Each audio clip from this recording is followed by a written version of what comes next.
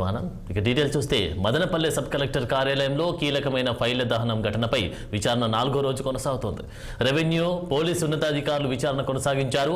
Revenue special chief secretary ఆర్పి Sisodia, collector Chamakuri Sridhar ఆధ్వర్యంలో పూర్వపు ఆర్టీఓలు మురళి, హరిప్రసాద్లను జరిగిన ఘటనలపై పలు అంశాలతో విచారించారు.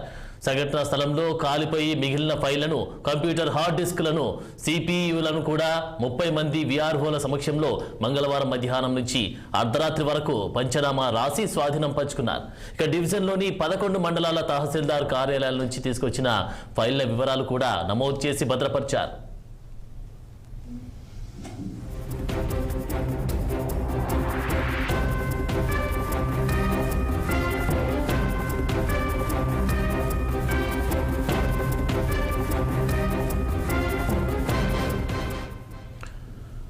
పెద్దపల్లిలో వర్షాల వల్ల